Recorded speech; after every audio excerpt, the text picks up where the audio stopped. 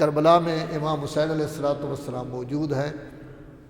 ایک شخص ہے جس کا نام ہے عمر بن ابو قرظہ انصاری، وہ حضرت کی خدمت میں آتا ہے، حضرت اگر آپ اجازت دیں تو عمر سعد آپ کے ساتھ ملاقات کرنا چاہتا ہے۔ فرمایا میرے دروازے کھلے ہوئے ہیں، جس کسی نے ملاقات کرنی ہے میرے ساتھ ملاقات کر لے۔ چنانچہ طے ہوا کہ 20 آدمی حضور کے ساتھ جائیں گے، 20 آدمی عمر سعد کے ساتھ آئیں گے اور یہ بیٹھ کر آپس میں بات چیت کریں گے۔ بات چیت ہوتی رہی، پوچھتا رہا کہ آپ کیوں آئے؟ حضرت نے بتایا کہ میں تو آ رہا تھا کوفہ کے لیے، اگر آپ نہیں چاہتے تو میں کوفہ نہیں جاتا۔ یہی ہے نا کہ کوفہ جا رہا تھا، اگر آپ لوگ نہیں چاہتے تو میں کوفہ نہیں جاتا۔ اور کافی ساری باتیں ہوتی رہی، حتیٰ کہ علیحدہ ملاقات بھی ہوئی۔ علیحدہ ملاقات میں بھی امام نے ارشاد فرمایا کہ تو صحابی کا بیٹا ہے، کم از کم سوچ کہ تو کیا کام کر رہا ہے۔ اس نے خط لکھا ابن زیاد کو، جس میں وہ لکھتا ہے کہ امام حسین لڑائی کے لیے نہیں آئے، جنگ کے لیے نہیں آئے، حکومت کے لیے نہیں آئے، لیکن اتفاق ایسا کہ وہاں شمر موجود تھا جس نے اسی وقت کہا کہ در حقیقت یہ عمر سعد بندہ کمزور ہے، اس طرح کی باتیں کر رہا ہے، اس وقت امام پھنس گئے ہیں، کسی صورت میں ان کو چھوڑنا نہیں چاہیے۔ تو اب ابن زیاد کی طرف سے جو خط آیا ہے اس خط میں یہ کہا گیا ہے کہ امام جہاں بھی موجود ہوں ان کو روک دو، حملہ کرو، ان کو قتل کر دو، اور قتل کرنا صرف کافی نہیں بلکہ یہ بتایا گیا ہے کہ قتل کرنے کے بعد ان کی لاشوں پر گھوڑے دوڑائے جائیں تاکہ بعد والے لوگوں کو عبرت ہو جائے کہ حکومت وقت کے ساتھ لڑائی کس طرح ہوتی ہے۔ اجرکم علی اللہ، یہ ایام محرم ہیں، ایام عزا ہیں۔ آپ کے امام رضا علیہ السلام فرمایا کرتے تھے کہ کربلا کی مصیبت ہمارے لیے ایسی مصیبت تھی، اب قیامت تک ہمارے لیے رونا لکھا ہوا ہے، ہم روتے رہیں گے حتیٰ کہ ہمارے دل زخمی ہو جائیں۔ اور آپ کے چھٹے امام حضرت امام جعفر صادق علیہ السلام کے پاس جب کوئی مومنین جاتے تھے فرماتے تھے کیا ہو گیا ہے کہ آپ میں غم کے آثار نہیں دیکھ رہا؟ وہ عرض کرتے کیا ہے؟ تو مولا فرماتے آپ کو پتہ نہیں محرم کی پہلی ہو گئی ہے، اور پھر باقاعدہ مجلس کا انعقاد کرتے، بعض اوقات شعراء اپنا کلام سناتے، بعض اوقات اپنا نثر سناتے۔ ایک دفعہ تو ایسا تھا کہ امام کافی زیادہ گریہ کر رہے تھے کہ ایک کنیز اندر سے باہر آئی، 6 ماہ کا بچہ امام کی گود میں ڈال دیا۔ اس وقت امام نے باقاعدہ اپنا سر پیٹا ہے اور اتنا گریہ کیا ہے جس کی حد اور انداز نہیں ہے۔ تو یہ کربلا کے ایام رونے کے ایام ہیں، آپ کے امام کربلا میں موجود ہیں۔ کل میں نے ذکر کیا تھا کہ ایک طرف 72 ہیں اور دوسری طرف کم از کم 20,000، 30,000 بھی ہیں، 35,000 کی روایت بھی ہے، عام طور پر 30,000 کہا جاتا ہے۔ اب یہ فوجیں آمنے سامنے ہیں، امام تشریف فرما ہے، ایک نوجوان سامنے آتا ہے جس کا نام ہے عبداللہ بن عمیر کلبی۔ عزادارو یہ جوان، لمبا قد تھا اس کا، خوبصورت اس کی آنکھیں تھیں، اس قدر خوبصورت تھا جو اس کو دیکھتا ہی رہتا۔ اور جب آیا ہے حضرت کی خدمت میں تو کہنے لگے جی ہمارا ایک گروپ ہے، ہم چاہتے ہیں کہ جنگ کے لیے جائیں، آپ ہمیں اجازت دیں۔ تو حضرت نے ارشاد فرمایا ہے کہ تیرا تعلق قبیلہ بنی حمدان کے ساتھ ہے، اور بنی حمدان کا قبیلہ میرے بابا سے بڑی محبت کیا کرتا تھا، حتیٰ کہ امیر المومنین کا فرمان ہے کہ جب جنت کے دروازے پر میں ہوں گا بنی حمدان کو کہوں گا خاموشی سے آپ چلے جاؤ، خاموشی سے آپ چلے جاؤ۔ اس کا تعلق بھی قبیلہ بنی حمدان کے ساتھ تھا، اس کی زوجہ بھی تھی۔ تو حضرت نے ارشاد فرمایا ابھی تیری شادی ہوئی ہے، میں تمہیں اجازت دیتا ہوں کہ چلے جاؤ۔ لیکن وہ کہنے لگا میں نے اپنی زوجہ سے بات کی ہے، میری زوجہ بھی کہتی ہے کہ مولا پر جان قربان ہونی چاہیے، بلکہ میری زوجہ کہتی ہے میں بھی جان قربان کرنے کے لیے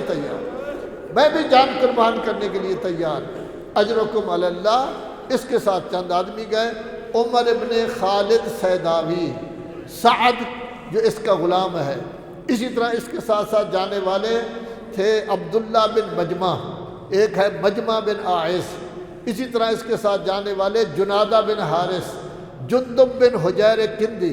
حضرات محترم یہ سب کی سب شخصیتیں ہیں۔ عمر ابن خالد سیداوی کوفہ کے بڑے لوگوں میں سے تھا، بڑی عظیم شخصیت کا مالک تھا اور انتہائی مقدس و پرہیزگار اور عالم دین باقاعدہ۔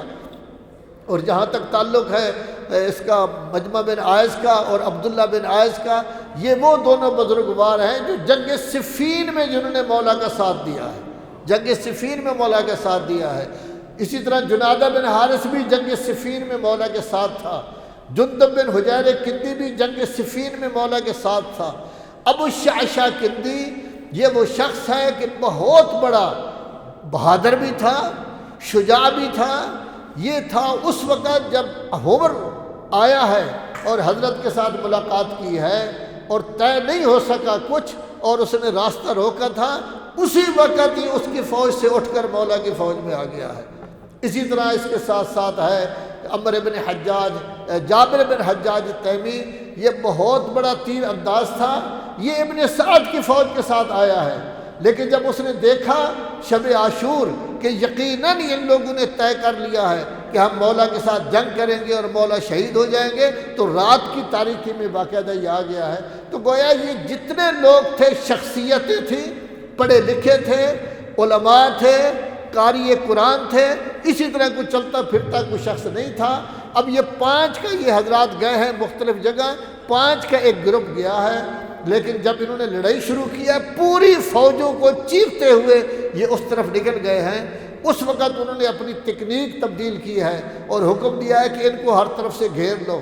جس وقت ان کو گھیر لیا گیا تو اس وقت مولا نظر امامت سے دیکھ رہے تھے کہ ان کو گھیر لیا گیا ہے، تو اسی وقت فرمایا عباس جلدی جاؤ اور ان کو میرے پاس لے آؤ، میرے پاس لے آؤ۔ عزادارو اگر تاریخ کربلا آپ دیکھیں تو حضرت عباس کو جنگ کی اجازت نہیں ملی، جنگ کی کسی وقت اجازت نہیں ملی۔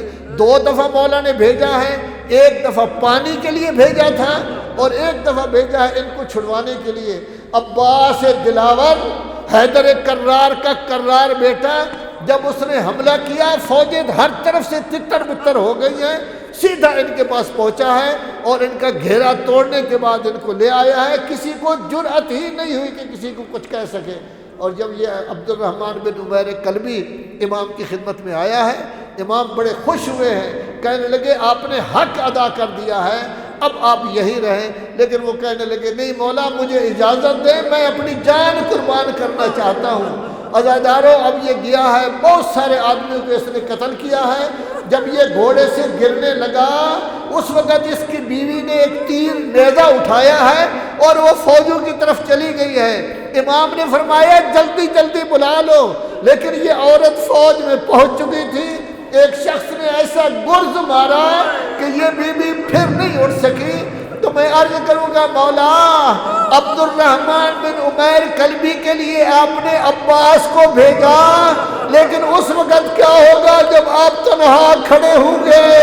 کوئی تیر مار رہا ہے، کوئی نیزے مار رہا ہے، کوئی سنگریزے مار رہا ہے، کوئی آگ لکڑیوں کو آگ لگا کے آپ کی طرف پھینک رہا ہے، اور اس وقت آپ کہہ رہے ہوں گے حل من ناصر ینصرنا، حل من مغیث یغیثنا، حل من ذاب یذب عن حرم رسول اللہ۔ اور اس وقت زینب کہیں گی بھیا جب کوئی نہیں رہا تو آپ یہ نعرے کیوں بلند کرتے ہیں؟